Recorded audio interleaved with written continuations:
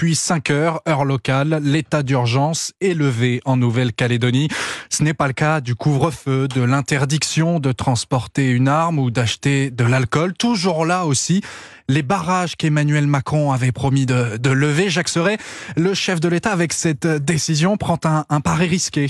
Emmanuel Macron préfère en effet se dédire et ne pas suivre à la lettre la condition qu'il avait lui-même fixée lors de son déplacement dans l'archipel. Nous sommes en état d'urgence. Il ne sera levé que si chacun en sa responsabilité appelle à lever les barrages. 5 jours plus tard, les barrages sont toujours là, mais l'état d'urgence est levé. Selon l'Élysée, l'objectif est notamment de permettre les déplacements sur les barrages des élus en mesure d'appeler à leur levée. Autrement dit, bien que cela n'ait pas été fait ces derniers jours, Emmanuel Macron fait le pari que cette nouvelle stratégie permettra le déblocage des routes. Un geste d'apaisement, de désescalade, soutient-on dans son entourage pour démontrer sa volonté de résoudre cette crise. Un pari risqué. Emmanuel Macron lâche du lest à ses opposants, mais son geste peut ne pas être suivi d'effet.